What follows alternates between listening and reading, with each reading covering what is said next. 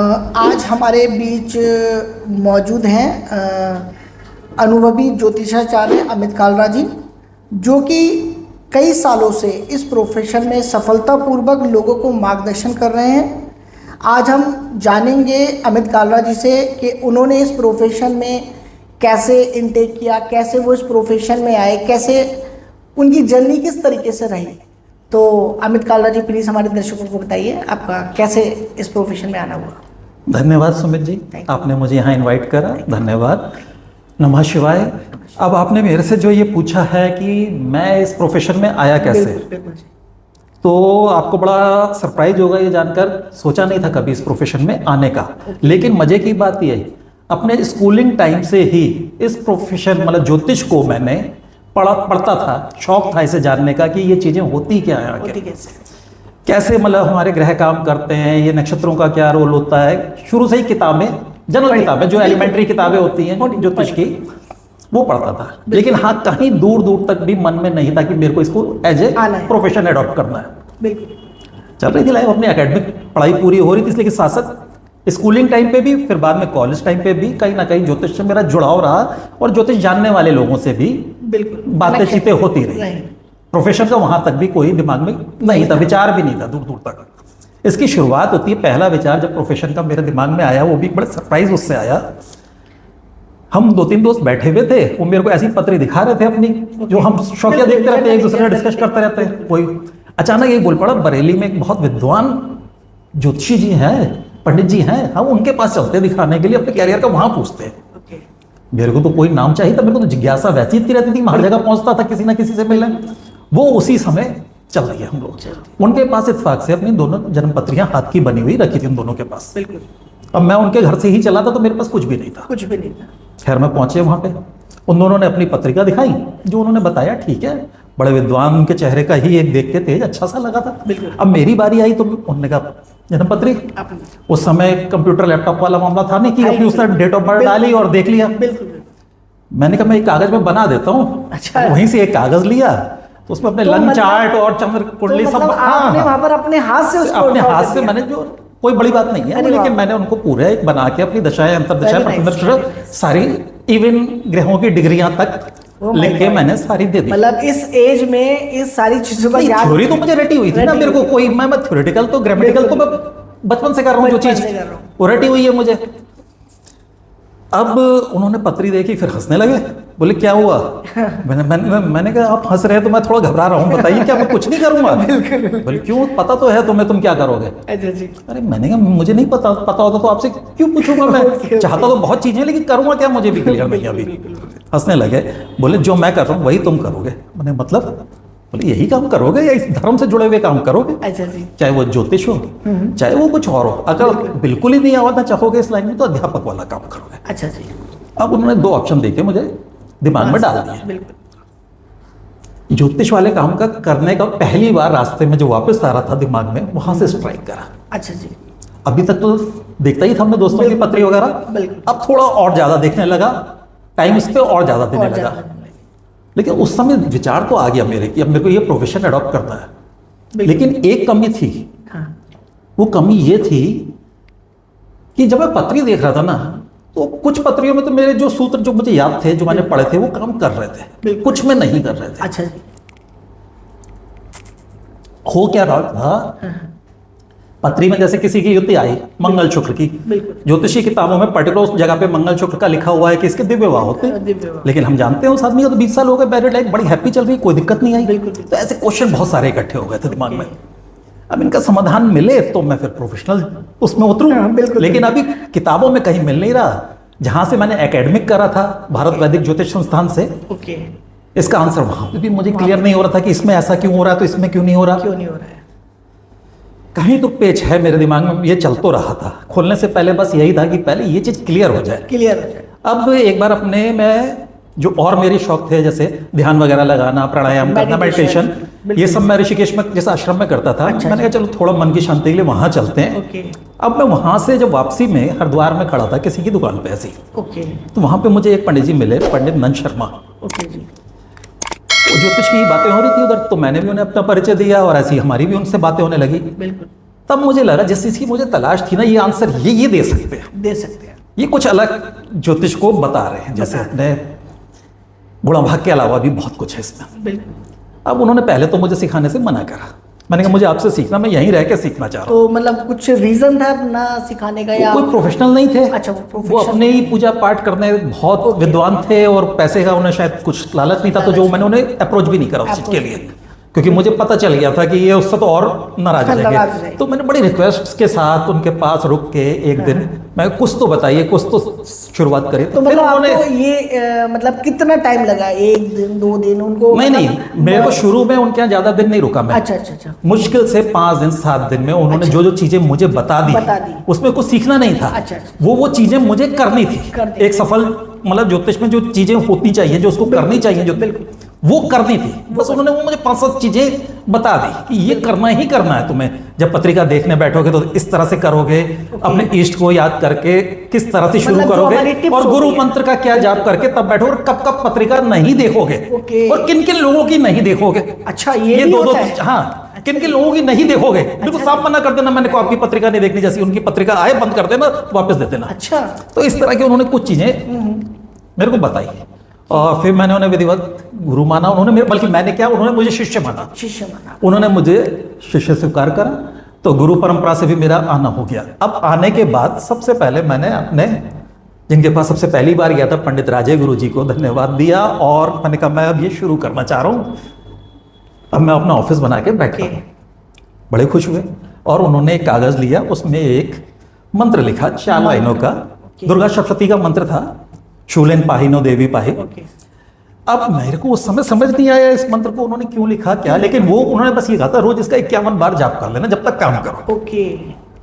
मैंने ठीक है, क्यों है क्यों क्वेश्चन करने की हिम्मत भी नहीं हुई, और कोई समझ भी नहीं आया ज्यादा, लेकिन उनको हमने बिल्कुल अडॉप्ट कर लिया, जैसे उन्होंने जो चीजें कही थी। और ये आज जाके मुझे पता चलता है कि उस क्यों उन्होंने मेरे को ये दिया था। मतलब उस मंत्र से मुझे कुछ मिलना नहीं था, लेकिन मेरी बहुत बड़ी सुरक्षा उस मंत्र के ये था कि मेरा एक सुरक्षा कवच बन गया, जो मेरे को आज इतने साल से हो गए करते हुए। और ऐसे लोगों के साथ मैंने मतलब उनके घरों में भी जाके कराया है, और इस तरह का कि अगर मैंने ये अपना सुरक्षा कवच नहीं बनाया होता, उन्होंने नहीं दिया होता, तो शायद मैं नहीं आगे बढ़ पाता।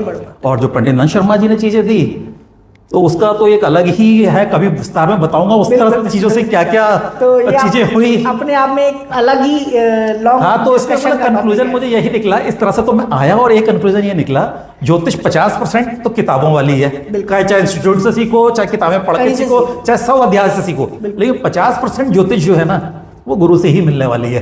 उसको कहीं नहीं ढूंढ सकते आप, नहीं ढूंढ सकते। तो बिना गुरु के आपको इस में आपको सफलता मेरे ख्याल से बहुत तो सफलता तो मिल सकती है। कोई आजकल तो मार्केटिंग का जमाना है जी, अगर उस तरह से चाहो तो गुरु की कोई ऐसी आवश्यकता नहीं। लेकिन आप अगर वाकई में फेयर अपने लोगों का भला करना चाह रहे हो ना, तो गुरु के माध्यम से ही आओ। एकेडमिक लो, आप बिल्कुल खूब किताबें पढ़ो, लेकिन गुरु का आशीर्वाद लेके, गुरु की टिप्स ऐसी काम आ जाती है ना, जो कभी समझ में नहीं आता कि अब क्या करें वाली चीज में। तो काफी लोगों के मन में ये सवाल होता है कि आपके पास जो लोग आते हैं, आप उनकी समस्याओं का समाधान किस तरीके से करते हैं? आप इस पर थोड़ा सा हमारे दर्शकों को बताइए। देखिए, ज्योतिष में उपाय के 4-5 ही तरीके हैं। जैसे रत्न पहना देना, मंत्र जाप, यज्ञ आदि अनुष्ठान, दान, टोने टोटके। ये एक्चुअली में बने हुए कैसे हैं? पहले 4 वर्ण थे। राजा, क्षत्रिय वर्ग, खजाने का मालिक, रत्न मणियां सब उसके पास, वो मुकुट में लगा रहा है, यहाँ पहन रहा है, यहाँ पहन रहा है, हाथ में पहन रहा है, खजाना पूरा उसके सेनापति मंत्रियों के पास। बिल्कुल। तो वो तो इस तरह से अपने ग्रहों को सही करते थे। ऋषि बता देते थे, मणि लगा ले, ये कर ले। दूसरा वर्ग था ब्राह्मण वर्ग, संयम से रहता था खान पान का, उसे पता था क्या परहेज है क्या नहीं है, तो वो अपने उच्चारण सही था, तो मंत्र जाप, वैदिक मंत्र जाप भी कर लेते थे। वो हर तरह से मंत्र जाप करके अपने ग्रहों को सही करते थे। तीसरा वर्ग वैश्य वर्ग, ठीक पैसा था, बहुत ज्यादा भी नहीं, राजा जैसा तो पावर नहीं थी, लेकिन ठीक ठाक बिजनेस कर रहे थे। तो इन्होंने दान करके अपने चीजों को सही करना शुरू करा। कहीं बावड़ी बना दी, कहीं कुआं बनवाया, कहीं स्कूल खुलवा लिया, मंदिर खुल, तो इस तरह से उन्होंने है। तो ये उपाय के तरीकों में आता ना, हम दान करवाते हैं जो। चौथा तरीका था टोने टोटके, जो एक वर्ग था थोड़ा उस समय शूद्र, उसका पैसा तो कम था, लेकिन साहस उस पर बिल्कुल कम नहीं था। साहस में इतना कि जितना सुअर का शिकार करने की दम रखते थे वो एक भाले से। बिल्कुल। अब उनके उसमें यूज में क्या आया, सुअर का दांत ले आओ, उसको ये पहन लो, या चौराहे पे ये क्रिया कर लो, बहुत सारी चीजें इस तरह की।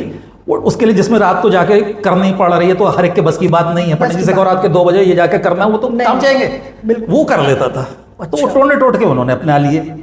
अब इन्हीं 4 चीजों में उस समय परिपाटी चल रही है, जो मुख्यतः ज्योतिष में हम यही 4 चीजें यूज करते हैं। इसके अलावा सपोर्ट में और चीजें भी करते हैं, मैनिफेस्टेशन भी आ गया। आजकल तो मैं अपने आपको क्या बताऊं कि ज्योतिष में मैं तो एक अभी इसमें स्वर विज्ञान का भी यूज करा एक केस में, अच्छा, ज्योतिष का भी करा। और मैं आपको पूरा ही किस्सा बता देता हूँ। हुआ क्या था, मेरे पास अभी कुछ दिन पहले एक करीब 20-22 साल की लड़की आती है, पत्रिका दिखाती है और आंसू हल्के हल्के गीले उसकी आंखें। अच्छा जी। मैं इतना परेशान क्यों, बच्चे क्या हो गया इसमें पत्री देखने में, मतलब क्या समस्या क्या है? तो उसने जो अपनी बताई, मैंने कहा ठीक है, इस लाइफ में इस एज में होता रहता है, कोई ऐसी बात नहीं हो गई आपके साथ, आप पहला जाना नहीं हो दुनिया में, बिल्कुल हिम्मत रखो, अभी तो आगे लाइफ बहुत पड़ी है।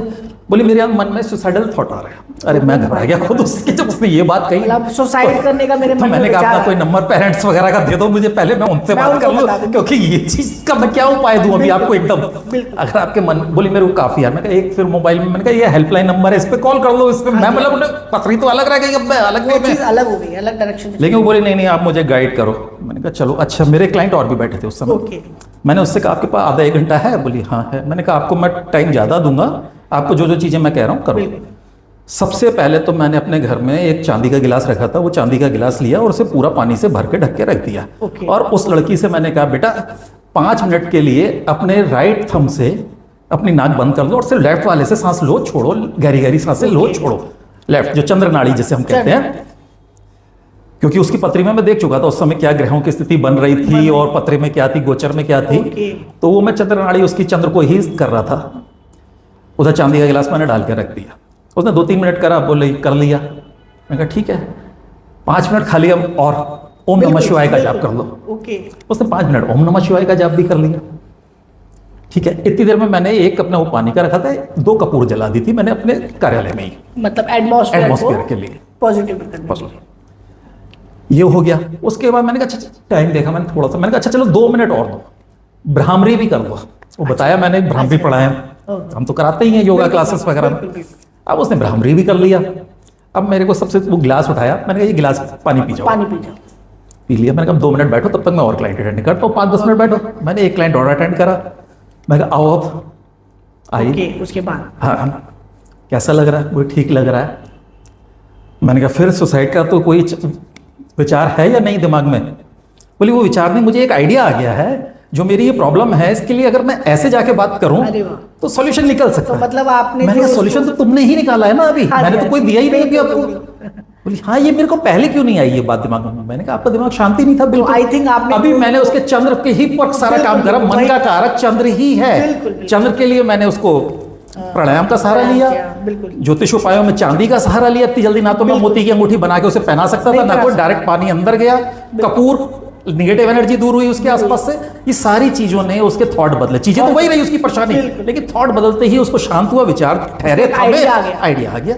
बाद में मेरे को अब भी मिलती है तो हंसती है, कहती है क्या उस दिन मेरे दिमाग में चल रहा था इस चीज को लेकर, इतनी बड़ी चीज थोड़ी ना थी। मतलब आपने एक सुसाइड करने वाली लड़की की मतलब जस्ट लाइक आपने तो शायद नहीं, लेकिन वो बच्चे होते हैं ना जैसे आजकल इस एज के बड़े घबरा जाते हैं माइंड, क्योंकि इस समय पे एक टेनर की जो एज होती है ना, इस समय पे बंदा क्या कर ले, वो प्रॉब्लम वाकई में इतनी बड़ी नहीं थी। लेकिन उसको अगर मैं सीधे सीधे कहूं एक तरह से अपने एक्सपीरियंस से कि ये कोई प्रॉब्लम है इसके लिए खोल पड़ता, तो उसकी समझ में नहीं आ रहा था। लेकिन उससे पहले जब उसको वो चीज दे दी गई तो रिजल्ट भी सामने था। बिल्कुल बिल्कुल। तो हमारे दर्शकों को आप देख रहे होंगे कि सर ने कैसे एक निगेटिव गर्ल्स को एकदम उसके थॉट्स को बिल्कुल पॉजिटिव वे में कन्वर्ट कर दिया, और जो बच्चा सुसाइड करने के लिए सोच रहा था वो उसके दिमाग में एक आइडिया जनरेट हो गया उसके सॉल्यूशन के लिए। तो हम आगे अमित जी से बात करते हैं। जैसा कि ज्योतिष विद्या में का आपका जो महत्व है, जो लेकिन आजकल जो वेस्टर्न एस्ट्रोलॉजी जो आ रही है वो किस तरीके से काम कर रही है? नहीं, देखिए, इसमें थोड़ा सा आप किसी का भला करने के लिए जैसे डॉक्टर के पास आप जाओ तो वो अपनी एलोपैथी डॉक्टर तो एलोपैथी की दवाई देगा, लेकिन सपोर्ट में कई बार वो साथ में सप्लीमेंट भी बता देता है, आपको कुछ कर देता है। मैं वेस्टर्न एस्ट्रोलॉजी का यूज कभी कभी सब एज ए सप्लीमेंट कर लेता हूँ, बहुत ज्यादा नहीं, मेन वैदिक एस्ट्रोलॉजी ही लेके चलते हैं। उसका अपना महत्व, बेसिक अंतर हमारा और वेस्टर्न एस्ट्रोलॉजी में जोडिक साइन का ही है। हमारा जोडिक साइन जो होता है राशि, जो हम चंद्र के हिसाब से तय करते हैं, जन्मपत्री में चंद्रमा जिस भाव में है हम उसको राशि मानते हैं अपनी। और वेस्टर्न एस्ट्रोलॉजी में क्या है, इस तारीख से इस तारीख तक जन्मे व्यक्ति इस राशि में आएंगे, इस तारीख से इस तारीख तक, महीने महीने के हिसाब से। उनके सारे त्योहार भी सूर्य के आधार पे हैं, हमारे सारे त्योहार चंद्र के आधार पर पड़ते हैं। बिल्कुल बिल्कुल। तो हमारे लिए चंद्र का है, और फिर थोड़ा सा अंतर और आ जाता है, उनको वो थोड़ा सा प्लूटो, यूरेनस वगैरह ग्रहों को भी कंसिडर करते हैं, नेपच्यून को भी करते हैं। हमारे उसमें उनको ज्यादा नहीं देखा जाता। तो मेन कब होगा क्या होगा बताने के लिए तो हम अपनी वैदिक एस्ट्रोलॉजी यूज करते हैं, लेकिन कई बार किसी की व्यक्तित्व की विशेषताएं निकालनी है या कुछ निकालना है तो उसके लिए हम वेस्टर्न एस्ट्रोलॉजी और कई बार तो वेस्टर्न रेमेडीज का भी यूज कर लेते हैं। ये जो आजकल देख रहे हो ना आप, क्रिस्टल वगैरह और ये सब चीजें वेस्टर्न एस्ट्रोलॉजी का ही, हाँ ये सब वेस्टर्न एस्ट्रोलॉजी का ही के अंदर आती है सारी। सब क्रिस्टल के लॉकेट्स होते हैं, बहुत एनर्जी वगैरह के लिए। आपके हाथ में भी शायद मैं देख रहा हूँ इस तरह। ये भी मतलब थोड़ा सा कह लो कि इसमें खैर स्फटिक वगैरह तो हमारे यहाँ चलते थे, लेकिन ये आजकल जो रोज क्वार्ट्ज और पायराइट ये सब वेस्टर्न एस्ट्रोलॉजी से ही कहीं ना कहीं अडॉप्टेड है। बिल्कुल बिल्कुल। तो अमित जी, हमारा एक नेक्स्ट क्वेश्चन है, बहुत सारे लोग बिना जानकारी के रत्न पहन लेते हैं, कोई मूंगा पहन लेता है, कोई पन्ना पहन लेता है, कोई बिल्कुल बिल्कुल अलग अलग चीजें लोग आजकल पहन रहे हैं। तो क्या सही जानकारी इसके लिए होना जरूरी है, कोई भी पहन सकता है? नहीं, देखिए दो चीजें हैं। हाँ, एक वो पहनने का उसका कारण क्या है। कई बार तो देखो रत्न फैशन के लिए भी पहने जाते हैं, शौकिया पहन लेते हैं। हाँ, शौकिया पहनते हैं बहुत सारे लोग, सिर्फ फैशन के लिए, कानों में भी हो गए, वो कोई पहन ले, उससे कोई ज्योतिष को दिखाने की जरूरत नहीं है। बस उसमें ध्यान ये रखें, जैसे अंगूठी में पहन रहे तो नीचे से अंगूठी खुलवाए ना, इमिटेशन ले लें या तो उसका, या नीचे से और खुलवाए ना। कोई उसको ना तो पूजा करके पहनना, बस ऐसे ही पहन लिया आपने, कोई दिक्कत नहीं, कोई भी पहन सकता है। कि नीचे से वो बॉडी बंद रखना चाहिए उसको, हाँ उसको टच नहीं कराना है। अगर फैशन के लिए पहन रहा है बिल्कुल बिल्कुल पहन सकता है, कोई दिक्कत नहीं है। लेकिन अगर आप पर्पजली पहन रहे हो तो अपने आप बिल्कुल ना पहने। और इवन खाली आपने बेसिक ज्योतिष का जान के कि मेरी राशि ये है तो उसके लिए ये आता है वो पहन लिया, वो भी नहीं करना है। मतलब हम लोग ने आजकल नेट पे चैट जीपीटी पे डाला, हाँ चैट जीपीटी पे डाला, उसमें निकाल देना है आपका रत्न कि आपके 5वें भाव का और या 9वें भाव का जो बेसिक है ज्योतिष में, या लग्न के स्वामी का रत्न पहना दिया जाता है। बिल्कुल बिल्कुल। उसके आधार पे भी नहीं पहना ना, मैं बिल्कुल रिकमेंड नहीं करूंगा। मैं तो कई बार जो होता है ना थ्योरी के मतलब विपरीत जाके भी रत्न पहनाए और फायदा लिया तो उसका एक अलग विज्ञान है।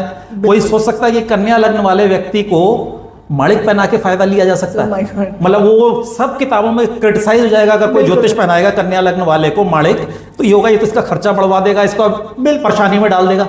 लेकिन रिजल्ट लिए थोड़े टाइम के लिए, चाहे वो पहनाया 6 महीने के लिए पहनाया, लेकिन पर्टिकुलर प्रॉब्लम सॉल्व करने के लिए वो भी कर। कोई भी व्यक्ति कोई भी रत्न पहन सकता है या इसके लिए सही सलाह की जरूरी है? यही तो मैंने अभी जैसे थोड़ा सा आपको बताया ना। और अच्छा इसमें एक चीज और भी है, कोई भी व्यक्ति कोई भी रत्न कभी भी नहीं पहन सकता। जैसे मैंने आपको रिकमेंड कर दिया कि आपके लिए पन्ना आता है, तो ऐसा नहीं है कि आप 10 साल बाद भी वो पन्ना ही पहने हुए बैठे हैं, उस समय उसका यूज नहीं है। सपोज मैंने पन्ना आपको शादी के लिए पहनाया, अब आपकी शादी हो गई, पर्पस खत्म हो गया ना।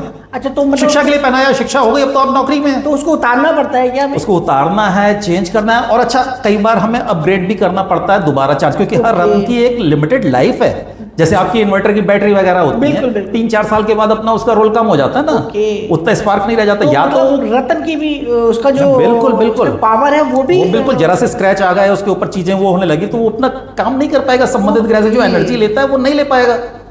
और उसकी एनर्जी भी लॉस होती है। तो अगर आपके पास फाइनेंशियली ठीक है तो दोबारा नया ले लीजिए, कोई दिक्कत नहीं है। और अगर नहीं है इतना अभी आपके पास कैपेसिटी, तो उसी रत्न को जैसे हम पहली बार में हमने चार्ज करवाया था ना, उसकी पूजा वगैरह करके वही क्रिया दोबारा कर लीजिए। बिल्कुल। हाँ, सबसे बड़ा क्वेश्चन हमारे दर्शकों का ये है सर, कैसे पहचाने कौन असली कौन नकली? ऐसे हरिद्वार के गंगा घाट पे भी आप लोग रतन बेचते हुए लोग आपको काफी मिल जाते हैं, हर जगह है, हर तरह के लोग हैं। 100 रुपए से सर 1000 रुपए का बता के वो आपको 50 रुपए 100 रुपए तक में भी वो डिलीवर करते हैं। तो क्या इसकी पहचान क्या है, कैसे इसको प्रोडक्ट करें, कैसे पहचाने कि कौन असली और कौन नकली? देखिए वाकई में बड़ा टफ हो जाता है। आजकल भरमार है नकली रत्नों की, कांच को रत्न बना के बेचा जा रहा है बिल्कुल खुला। चाइना से तो ऐसे ऐसे आ गए हैं कि रत्न मतलब जौहरी भी कई बार पहचानने में चुप कर जा रहे हैं उन्हें तो देख के।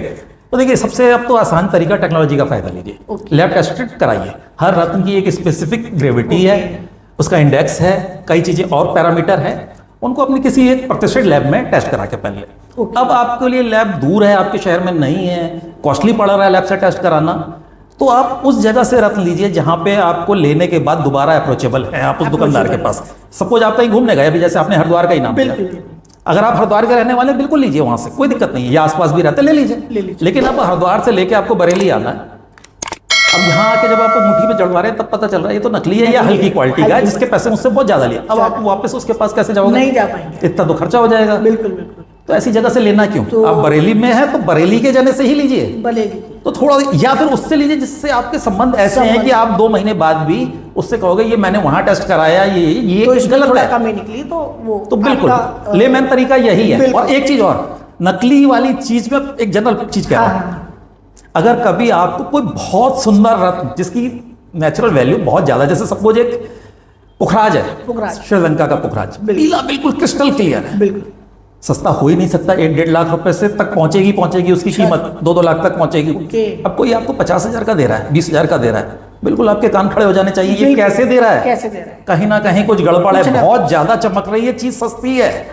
नकली है। आप असली चीज पहनिए, चाहे उसमें चमक हो चाहे ना हो, हल्की क्वालिटी का असली ले लीजिए, वो फायदा देगा, लेकिन नकली से तो कुछ भी नहीं मिल रहा। कुछ भी नहीं मिल रहा। बहुत अच्छा लगा आपने यहाँ पर हमारे दर्शकों को असली और नकली में डिफ्रेंशिएट करके बताया, और ये भी बताया कि कैसे आप, कहाँ से आपको रत्न लेना चाहिए, नियर बाय कोई आपका शॉप हो, कोई भी आपका टेस्ट लैब हो, कोई भी ज्वेलरी शॉप हो, जिससे आप वहाँ पर जाके दोबारा से उनको कुछ रिक्वेस्ट करके, प्रोडक्शन करके कि सर इसमें थोड़ा सा मेरे को अपग्रेड कराना है या चेंज कराना है, तो वहाँ पर आपकी सुनवाई हो सकती है। अगर आप ऐसे हरिद्वार कहीं आप बाहर जाते हो, श्रीलंका जाते हो, वहाँ से आप लेके आ जाते हो, तो सर ने जैसा बताया कि अगर वो लो ग्रेड का निकला तो आप वहाँ पर दोबारा से नहीं जा सकते। तो ये बहुत एक अच्छा हमारे दर्शकों और फिर जिससे आपने लिया है ना, अगर उसको ज्योतिष का भी जानकार है वो, तो वो पूरा उसको आपको आपके हिसाब से विधि भी बता के देखा कि किस तरह से पहनना है, किस समय पहनना है, टाइमिंग वगैरह का भी, चार्जिंग भी पावर दी जाती है उसको, चार्ज वो भी कर देते हैं, और टाइम फ्रेम भी बताया जाता है कि किस समय पे किस चीज में रख के कितने, मतलब यही है कि ऑनलाइन परचेजिंग से बचें, इस चीज में अपने यहाँ के जने से ही ले। तो एक हमारा एक नेक्स्ट क्वेश्चन है सर हमारे दर्शकों का, क्या ऑनलाइन ज्योतिष सही है? मतलब इस समय पे बहुत सारी ऐप्स चल रही हैं, बहुत सारी चीजें चल रही हैं, बहुत सारे ऐड देखते हैं, क्या मतलब कितने % तक ये सही है? मतलब ऑनलाइन और ऑफलाइन में थोड़ा सा अंतर है। आजकल हर चीज में ही ऑनलाइन का हो गया है, मतलब सामान लेने के लिए भी होता है, पड़ोस की दुकान से ले या ऑनलाइन मंगा लें, हर चीज में है। तो वैसे ही एस्ट्रोलॉजी में भी ऑनलाइन आया ही है, लेकिन ऑनलाइन जो है ना एस्ट्रोलॉजी में 2 तरीके से है। एक तो जैसे मैं भी करता हूँ ऑनलाइन, ऐसी बात नहीं, मेरे क्लाइंट मुझे फोन करते हैं, मैं उनको फोन पे परामर्श देता हूँ, ऑनलाइन भी कंसल्टेंसी मैं बिल्कुल पूरा ऑनलाइन कर देता हूँ। ऑनलाइन के भी कुछ नियम है। अब ऑनलाइन 2 तरीके से आ रही है, एक तो जैसे मैंने ऑनलाइन दी, एक मैं किसी ऐप के माध्यम से ऑनलाइन दूं। आजकल बहुत सारे पोर्टल हैं, ऐप हैं, उसमें मैं अपना रजिस्ट्रेशन करा लूं। हाँ, वहां पे मेरा नाम कुछ और होगा, वो उनके टर्म्स हैं। अच्छा, तो वहां पे मैं जैसे यहाँ पे मेरा नाम अमित कालरा है, वहां पे मेरे को कोई नाम और देना पड़ेगा, फोटो वो मेरी लगा देंगे, लेकिन नाम मेरा नंबर होगा, वो कॉल मेरे पर डाइवर्ट होके आएगी। और जो परमानेंट वाला हिसाब होता है उनका आधे मेरे होंगे, आधे उनके होंगे, इस तरह की बहुत सारी चीजें हैं। अगर मैंने आपसे एक बार बात करी ऑनलाइन में और मैं आपसे दोबारा कनेक्ट करना चाहता हूं, जब मैं दोबारा से ऑनलाइन होऊंगा तभी आप कर सकते हैं। लेकिन मेरे को प्रॉब्लम आ जाए और मेरे को आप, और नहीं, जब तक मैं नहीं हूंगा आप रिक्वेस्ट डाल सकते हैं उनके सिस्टम में, लेकिन वो मेरी मर्जी है, वो आप मेरे को डायरेक्ट अप्रोच कर नहीं सकते। तब तक अपना टाइम मतलब आप, ये बहुत बड़ी कमी है। और दूसरा, ज्योतिष में एक जैसे नियम है ना, मैंने बताया, मेरे जो गुरु ने मेरे को सिखाए थे, उनमें एक नियम ये भी है, अपनी गद्दी पे भी बैठ के देखो, और गद्दी को अपने जिस तरह से आपने जागृत रखना है। हाँ, मैं अगर ट्रेन में जा रहा हूँ, अगर मैं ऑनलाइन हूँ, लालच किसके मन में नहीं आता। मैंने ऐप खोला अपना, अरे इतनी क्यों लगी हुई है, मैंने अपना हेडफोन लगाया कान में और लोगों को बताना शुरू करा। सफर में 5 घंटे के सफर में अच्छे खासे क्लाइंट मैंने अटेंड कर लिए। अब आपको तो नहीं पता मैं ट्रेन में बैठा हूँ, होटल में बैठा हूँ, या कहाँ पे बैठा हूँ, या कई बार तो ऑनलाइन में मैं देखा रात को 2-2 बजे लोग लेटे हुए भी बताते रहते हैं। तो मेरे ख्याल से इसका भी कोई टाइम फ्रेम भी होता है हमारे? टाइम फ्रेम को इतना ज्यादा मैं नहीं, लेकिन हाँ, अपने पर्टिकुलर जिस जगह पे बैठ के देखते हैं अपना जो वही तरीका है, ऐसा नहीं है। ज्योतिष विषय ये बहुत ज्यादा गलत बन गया, इस चक्कर में किताब खोली, आपकी पत्री ऑनलाइन मिल जाती है अपना लैपटॉप पे, कहीं पे भी बैठा हुआ आदमी कहीं पे भी कभी भी फोन कर रहा है और वो ज्योतिष भी बता रहा है, क्योंकि उसे पैसे मिल रहे हैं। लेकिन ये नियम नहीं है। अब वो वाला तरीका तो मैं बिल्कुल कहूंगा आपको, बिल्कुल साफ साफ गलत है। जो ऐप के थ्रू जाते हैं आप किसी के पास भी। लेकिन ये तरीका आप किसी एस्ट्रोलॉजर को, कोई भी हो, चाहे विदेश में ही क्यों ना हो, उसको आप जानते हैं, पर्सनली जानते हैं, आप उससे दोबारा बात कर सकते हैं। पूरा फैमिली के लोगों के बारे में भी थोड़ा बहुत आपको जानता है, जैसे फैमिली डॉक्टर होता है, फैमिली सीए होता है, फैमिली वकील होता है, वो आपकी पूरी चीज जानता है, उसको ज्यादा आसानी होती है आपकी चीजों को पकड़ने में और सॉल्यूशन देने में। तो इस तरह से आप ऑनलाइन लीजिए, कोई दिक्कत नहीं। लेकिन वो वाला तरीका समझ में नहीं आता मुझे कि जिसको आप जानते ही नहीं, वो आपको जानता ही नहीं और कभी भविष्य में जान भी नहीं पाओगे, उससे आपका कम्युनिकेशन एनर्जी जोड़ना इतना आसान नहीं है, क्योंकि ये वाइब्रेशन का भी खेल है, आपकी एनर्जी कभी जुड़ेगी ही नहीं उस जगह से। बहुत मतलब आपने जो ये सटीक आंसर दिया ऑनलाइन और ऑफलाइन में, ये बहुत एक अच्छा लोगों के मन में आज की डेट में ऑनलाइन जो ज़्यादा हो रहा है, तो online is a best but कुछ समय के लिए। लेकिन अगर आप सोचो इसको लॉन्ग टर्म के हिसाब से, अगर जैसे जस्ट लाइक हम एक डॉक्टर की, जैसा हमने भी बताया कि डॉक्टर जो होता है हमारी फैमिली डॉक्टर होता है, ऐसे हमारा फैमिली पंडित जी भी होते हैं, ऐसे हमारे फैमिली एस्ट्रोलॉजर भी होते हैं। तो हमारा अगर family astrologer is a very good कि आप उससे जाके पर्सनली मिल सकते हो, पर्सनली अपनी बात कर सकते हो, अपनी प्रॉब्लम बता सकते हो, वो आपको आपका समाधान बता सकते हैं। मैं जो आपने एक चीज कही ना, मैं बीच में रोक रहा हूँ, समझिए आपको, कि लॉन्ग टर्म भी ऑनलाइन ले सकते हो, लेकिन आपके बीच में एक तारतम्य बन जाए।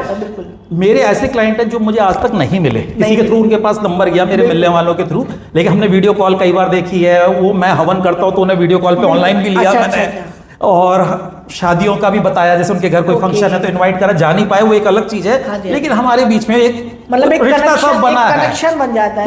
तो ऐसे में हमें उनकी वाइब्रेशन पकड़ने में और चीजें समझने में कोई ज्यादा मुश्किल नहीं होती है, क्योंकि ज्योतिष में देखो खाली 2-2-4 वाला नियम कई बार काम करता है, कई बार नहीं करता, कभी नहीं। क्योंकि देश काल परिस्थिति के हिसाब से भी तो एक उसको जज करना है। बाय द वे मेरे को एक एग्जांपल देता हूँ, कोई मेरा क्लाइंट नैरोबी में है, वेस्ट इंडीज में है, उसका कर्क लगन है, तो एक कर्क लगन की सामान्य विशेषता है कि व्यक्ति गोरा होता है। अच्छा जी। तो वेस्ट इंडीज में रह रहा है, उसका कर्क लगन है, तो गोरा कहां से हो जाएगा भाई? ये तो आपको तभी पता है जब आप उससे जुड़े हुए हो। बिल्कुल सही बात है, ये बहुत अच्छा इंटरेस्टिंग आपने बात बहुत अच्छी कही। पहले के समय में मतलब कुंडली बनाई जाती थी हाथ से, आई थिंक हमारे मतलब मेरी भी जैसे कुंडली बनाई थी मेरे पंडित जी ने, तो उन्होंने वो हाथ पेपर पे वो कुछ ड्रॉ करके उन्होंने घर वालों को दिया था। और आजकल सर मैं देख रहा हूँ कि ये ऑनलाइन कंप्यूटर पे डेट ऑफ बर्थ डाली, उन्होंने प्रिंट आउट निकाला, दिस रहा है वो कुंडली। तो ऑनलाइन और ऑफलाइन में क्या मतलब, थोड़ा सा आप इस पे देखिए, दोनों एक ही चीज है बेसिकली, तो हाथ से बनाए चाहे हम कंप्यूटर से निकालें। ज्योतिष में 2 पार्ट है, एक गणित पक्ष, एक फलित पक्ष। गणित पक्ष क्या है? पंचांग से उसमें लिया उसने, आज का सूर्योदय था और ये था, उसको एक चार्ट में एक विद्या के माध्यम से एक तरीके से उसने लिखा, वो हाथ की बनी हुई पत्री हो गई। वही आपने डेट ऑफ बर्थ वगैरह डाल के एक लैपटॉप से ले लिया। गणित पक्ष में कोई अंतर नहीं आना चाहिए, दोनों में 1 डिग्री का आएगा भी नहीं। उसमें ये बस हो सकता है कोई मैथमेटिकल गलती हाथ से बनाने वाला अगर कर जाए तो अंतर आएगा, नहीं तो नहीं आएगा। एक ही चीज हो गई। बात आई है फलित की। फलित ना आप कंप्यूटर से देख के बता सकते, सही वही चीज हो गई कि वो हाँ, ना ही जो पत्री आपके हाथ में आई है उसमें नीचे जो समरी लिखी हुई है फलित की, ना उससे देख के आपको कोई लेना है, वो एक जनरल बातें लिखी है। फलित आपके अपने अनुभव से, अपने बुद्धि विवेक से ही आपको बताना है। फलित के लिए आपको अपनी पूरी बुद्धि का यूज करना है, अपने ज्ञान का यूज करना है। गणित आपकी मर्जी है, आप चाहे हाथ वाली पत्री देख के करें, चाहे कंप्यूटर से करें, एक ही बात है, कोई अंतर नहीं है। और आजकल आसानी है, कंप्यूटर जब है तो उस चीज का यूज करो। आपके पास अगर कैलकुलेटर है तो क्यों इतनी मेहनत करके आप मैथ का सवाल सॉल्व करेंगे? तो कंप्यूटर के माध्यम से अंक वाली को हम कंसीडर कर सकते हैं, लेकिन जो आपकी ज्ञानवर्धन वाली चीज़ें हैं, जो आपकी गुरु परंपरा से आपको जो चीज़ें मिली हैं, उनको समझना, उनके प्रोडक्ट करना, उन चीज़ों को एनालाइज करना, वो आपकी खुद की एनालाइज बताती है। तो सर मैं जानना चाहूँगा कि मतलब किस तरीके के लोग आपसे ज़्यादा कनेक्ट होते हैं अपनी प्रॉब्लम को लेके? कौन सी ऐसी प्रॉब्लम जो मेजर प्रॉब्लम है जो अभी तक आपके सीन में आपको रिपीटली कनेक्ट मिलता रहता है? देखिए, शुरुआत में तो जब हमने शुरू करी थी एस्ट्रोलॉजी, हाँ जी, हाँ जी, तो दूसरी तरह के ज़्यादा लोग आए थे। जैसे अपने कैरियर का पूछने वाले, बिल्कुल, सर्विस वाले ट्रांसफर का पूछने, प्रमोशन का पूछने, शादी को लड़के, तो क्या ये बच्चों की मदर फादर आते थे। पॉसिबल है मतलब कुंडली से गाइड तो मिलती है ना, देखो आता ही इस चीज के लिए ना व्यक्ति, फिर यही चीजों के लिए तो आता है कि उसको दिशा मिल जाती है, उसके ग्रह कौन से अनुकूल है, क्या है। देखिए, कर्म तो उसे करना खुद है, लेकिन एक दिशा मिल गई तो उसको कितनी आसानी हो जाती है कि इस तरफ कर्म करो। जैसे एक कोई जो होता है तेल की खोज होती है, लेकिन वो किसी भूविज्ञानिक ने बता दिया इस जगह के नीचे तेल निकलेगा, तो आपकी मेहनत बच गई, नहीं बच गई, पूरी दुनिया खोदते फिरोगे। बिल्कुल, मेहनत तो उसको भी करनी है जो जहां पे खोद रहा है। तो पहले यही चीजों के लिए ज्यादा आते थे, संतान कब होगी, लड़का होगा लड़की होगी, बहुत पहले के क्वेश्चन बहुत है। पहले। अब आज के डेट में ये तो आता ही नहीं, लड़का होगा लड़की होगी, बच्चा हाँ जी, होगा, हाँ बस जी। के टाइम में ज्यादा क्वेश्चन आने लगे हैं आजकल रिलेशनशिप को लेकर। अच्छा, बहुत ज्यादा बहुत इस ज्यादा। समय दिमाग में लोगों के उथल पुथल है, सेटिस्फेक्शन नहीं है। मैं इतना ज्यादा देख रहा हूं, अगर दिन में 40-50% तो सिर्फ पर्टिकुलर इसी चीज के लिए लोग आते हैं। हमारी ट्यूनिंग सही नहीं आ रही, सब कुछ है, वाइफ भी अच्छी, मेरी अर्निंग कर रही है, सब कुछ है, मैं भी कर रहा हूँ बहुत अच्छी अर्निंग, लेकिन हम दोनों के बीच में ट्यूनिंग अच्छी नहीं है। वो अलग नेचर की है, मैं अलग नेचर की। ये वाली चीज है, चाहे वो अब रिलेशनशिप हस्बैंड वाइफ का ही, तो लवर्स का भी, और इवन मदर फादर के बीच में रिलेशनशिप वाली चीजें, ये रिलेशनशिप वाला जो आपस में ट्यूनिंग वाली जो गड़बड़ हुई है इस समय इंसान की सबसे, बिल्कुल वो सबसे ज्यादा है। सबसे ज्यादा है। तो इसका मतलब क्या, मतलब आप किस रूप में आप इसका समाधान उनको मतलब प्रेडिक्ट करते हैं? मेटेरियलिस्टिक टाइम आ गया है, ज्यादा भौतिकता है, चीजें सुविधाएं ज्यादा है, और सबसे बड़ा जो मुझे लगता है किसी की किसी पे डिपेंडेंसी नहीं है, इसलिए सब जन है थोड़ी अपनी मर्जी ही कर लेते हैं, इसलिए दिक्कत आती है। पहले क्या था, शादी हुई, लड़की पूरी तरह से हस्बैंड के ऊपर डिपेंड, और हस्बैंड पूरा खाने से लेकर हर चीज के लिए अपनी वाइफ के ऊपर डिपेंड। अब आज क्या, आपको क्या लगता है कि लड़की क्या बिना कमाई के, कोई सब नौकरी कर रही है, सब बिजनेस कर रही है, सब लोग नौकरी, तो वो डिपेंड फाइनेंशियली बिल्कुल नहीं है। बिल्कुल। और आदमी को जोमेटो पे मारना, उसके लिए खाना भी आ जाना 2 मिनट में आप अरे क्या, एक तरह से देखा जाए तो डिपेंडेंसी खत्म हो गई किसी की भी किसी पे। और जब डिपेंडेंसी नहीं रही ना, तो थोड़ा सा आदमी का जो बीच में वो जरूरत खत्म होने पे स्वार्थ आ गया कहीं, तो इसलिए भी थोड़ी खटपट आ रही है। जो मुझे, वो बहुत सारे रीजन है इसमें, खाली कई बार तीसरे की वजह से भी आती है, कई बार तो इसमें बहुत सारी चीजें हैं। एस्ट्रोलॉजी का कुछ रोल? बहुत रोल। कई बार तो सिर्फ हम काउंसलिंग करके ही सही कर देते हैं दूसरे की प्रॉब्लम। जरूरी नहीं है, देखो ज्योतिष में पूरे ग्रहों के ही उपाय करा के करा जाए, हमें तो दूसरे को सॉल्व कर दिए तो मतलब काउंसलिंग क्या दोनों को एक साथ बिठा दोनों के को करते नहीं, हैं, खाली उसको ये अलग-अलग? चीज बता दी, देखो उसके ग्रह के हिसाब से हमने ये तो देख लिया कि ये ग्रह इसका तेज है, तो ये हो सकता है वाणी दोष है इसके अंदर, जैसे राहु उसके दूसरे भाव में कि बैठा आप है, कम बोलो, तो उसको गलत बोल जाता है वो बार गलत बार। बोल जाता उसको मैंने एक ही चीज कही कि जब भी बोलना हो 5 मिनट ठहर जा, थम 5 जा, मिनट। उसके बाद बोल लेना। तो- या कभी लड़ाई होती है तो उस समय गुस्सा मत करना, अगले दिन शांत कर हो जाओ, लेना, आप शांत हो जाओ। हाँ तब अपनी बात कर लेना। तो इन चीजों से लोगों को बहुत फायदा बहुत मिला। और फायदा कई बार सिर्फ पत्री की हमने देखी दशा, इसकी तो दशा ही अभी बहुत खराब चल रही, लड़ेगा ही लड़ेगा, तो उसको सिर्फ इतना का धैर्य रख ले, कुछ मत कर, अच्छा भी नहीं करना, बुरा भी नहीं करना, बिल्कुल नॉर्मल हो जाए, न्यूट्रल होल्ड पे रख ले सारी चीजें जैसी चल रही हैं। कोई नहीं अलग हो रहा है, कोई नहीं तुम्हारा तलाक होने जा रहा, खाली टेंशन हो रही है, ये टाइम निकल जाएगा, 6 महीने का पीरियड, चीजें सही आ जाएगी। तो उससे काफी हद तक उससे भी बिल्कुल, हाँ बिल्कुल, बहुत बहुत अच्छे करने को तो देखो बहुत सारी पूजाएं भी कराते हैं, अनुष्ठान भी, रत्न भी, उपाय भी, सब कुछ कराते हैं, लेकिन जैसे समाधान हो सकता हो दूसरे का, इजीएस्ट वे में आपको बिल्कुल समाधान जो सामने वाले के लिए सुटेबल भी हो ना। मालूम पड़ा आपने कह दिया कि भैया हाँ 50 गिन्नियां रख दो, उसकी पूजा होनी है, वो कर ही नहीं सकता, पता लगा वो बेचारा कहाँ से करेगा उसके लिए। वो तो वही हो गया ना, वो कहते हैं ना, सरदर्द के वास्ते चंदन लगाना है मुफीद, लेकिन चंदन को घिसना और लगाना भी तो सरदर्द है। मैंने किसी को बताया सिर्फ दर्द हो रहा तेरा, तू चंदन लगाया कर। अब वो घर आके जब चंदन घिस रहा है ना, तो उसे लगा ये भी तो सरदर्द ले आया है। तो वो नहीं कराना है किसी को। बिल्कुल बिल्कुल बिल्कुल। तो सर हमारा एक क्वेश्चन और है आपके साथ कि ज्योतिष में वैदिक ज्योतिष के अलावा लोगों का भविष्य और समाधान देने में वेस्टर्न ज्योतिष के आधार पर किस तरीके से आप देखते हैं? वेस्टर्न क्या, ज्योतिष क्या, और मैंने भी बताया था ना, बहुत सारे तरीके हैं भविष्य कथन के, उपाय करने के। तो जिसको जिस चीज में मास्टरी है, जैसे किसी कोई बीमार आता है, आयुर्वेदिक भी है, होम्योपैथी भी है, एक्यूप्रेशर भी है, एलोपैथी भी है, तो ऐसे जो उपाय के। लेकिन जितना मेरा अनुभव है, तो वैदिक ज्योतिष हम लोगों को तो सबसे ज्यादा स्ट्रांग लगता है। बाकी उपायों में तो देखिए न्यूमरोलॉजी भी है, टैरेट कार्ड इस समय रीडिंग, आकाशीय रीडिंग वगैरह बहुत प्रचलन में है, और लोग अच्छा कर भी रहे हैं, लोगों को लाभ भी हो रहा है, ऐसा नहीं कि लाभ नहीं है। मैं तो मेडिटेशन वगैरह करा के, मैनिफेस्टेशन से भी मैंने लाभ लिए हैं। तो ये चीजें जैसे जिसको टूल्स यूज हो जाए। मतलब अब मेरे पास देखो सारे धर्म के लोग आते हैं, बिल्कुल, हिंदू आते हैं, मुस्लिम आते हैं, सिख आते हैं, ईसाई आते हैं। अब मैं मुस्लिम जने को तो कोई अपनी पूजा नहीं बताऊंगा ना, उसकी पद्धति के हिसाब से ही बताऊंगा। तो मुझे उसमें कॉमन चीजें देखनी पड़ेंगी, इसको किससे फायदा हो सकता है। एक लड़की आती थी बहुत ही फैशनेबल, अल्ट्रा फैशनेबल लड़की, पूजा मैं नहीं करूंगी, मेरे को नहीं ये वो। अब उसको मैंने वेस्टर्न एस्ट्रोलॉजी की चीजों के हिसाब से कराया उपाय, लव बर्ड्स दी, मैंने कहा ये अपनी टेबल पे रखना, क्रिस्टल्स दिए, कपड़ों में थोड़ा सा चेंज कराया, उसके जो उसके सुटेबल कलर आ रहे थे, कलर थेरेपी यूज करी, थोड़ा सा लाइफस्टाइल चेंज करके, खाने में भी थोड़ा सा चीजें इंटैक्ट बढ़ाया, कुछ चीजों का शुक्र उसका मजबूत करा गया थोड़ा सा, और क्योंकि वो फैशन जिस तरह से कर रही थी वो थोड़ा सा अलग लाइन में जा रही थी, तो काफी उन चीजों का भी लाभ मिला है। तो हमारा एक सर, हमारे दर्शकों का बहुत टाइम से मतलब वो ये एक चीज आपसे जानना चाह रहे हैं कि अगर आपकी बातें उन्होंने सुनी, आपकी चीजें उन्होंने सुनी, आपने बहुत अच्छा उनको एक मतलब उनके जो मन के क्वेश्चंस थे, आई थिंक सारे क्वेश्चनों का आपने बहुत अच्छा सटीक उत्तर उनको दिया। तो जैसे कुछ लोग आपसे कनेक्ट करना चाहते हैं, कोई आपसे बात करना चाहता है, तो क्या आप ऑनलाइन ऑफलाइन मतलब किस तरीके से आप उनसे कनेक्ट कर सकते हैं, थोड़ा सा हमारे दर्शकों को बताइए। देखिए, ये तो दर्शकों का, आपके दर्शकों के लिए और मैं अपने लोगों के लिए भी यही कहता हूँ, मेरे से मिलने के लिए कोई दिक्कत नहीं है, मैं अपने ऑफिस में बैठता ही हूँ, लेकिन आपको जब भी मिलना है तो पहले एक प्रॉपर अपॉइंटमेंट ले लिया जाए, उसमें आपका फायदा ज्यादा है।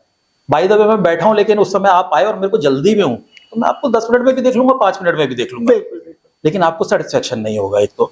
और दूसरा, कई बार होता है मैं सामने बैठा होता हूँ तब भी पत्री नहीं देखता हूँ, लोग बड़े मतलब कहते हैं कि भाव खा रहे हैं, ये क्यों नहीं देख रहे, जबकि खाली बैठे हुए हैं समझ लो। अब उस समय मेरे को पता है कि राहु काल का ये वाला चीज, ये वाली चल रही है, इस समय मेरे को नहीं बताना ही नहीं है, नहीं बता, तो मतलब पूजा पाठ कर रहा हूँ या कुछ और काम कर रहा हूँ। बिल्कुल बिल्कुल। तो एक बार अपॉइंटमेंट ले लें। और ऑनलाइन वालों के लिए तो बहुत ज्यादा मैं ये कहूंगा, पहले अपनी date of birth, time of birth और प्लेस ऑफ बर्थ मुझे व्हाट्सएप वगैरह कर दे। ओके। जब मैं थोड़ी सी उनकी पत्री एनालाइज कर लेता हूँ, फिर मैं खुद ही उनको बताता हूँ कि इस समय मुझे कॉल कर ले, और पेमेंट वगैरह का जो ऑनलाइन का तरीका है वो अपने आप कर ही लेते हैं। बहुत बहुत शुक्रिया, आप धन्यवाद आपका भी, नमः शिवाय। हमारे पॉडकास्ट में आए और हमारे दर्शकों को इतना लाभान्वित किया अपने वाणी से, और मैं चाहूंगा कि इसी तरीके से हम आगे भी ऐसे ही पॉडकास्ट करके बिल्कुल बिल्कुल बिल्कुल, प्रभु की इच्छा होगी, बिल्कुल जरूर मिलेंगे, लाभान्वित करें। और अगली बार हम कोई नए टॉपिक के साथ अपने दर्शकों से मिलेंगे, उसके तब तक के लिए धन्यवाद।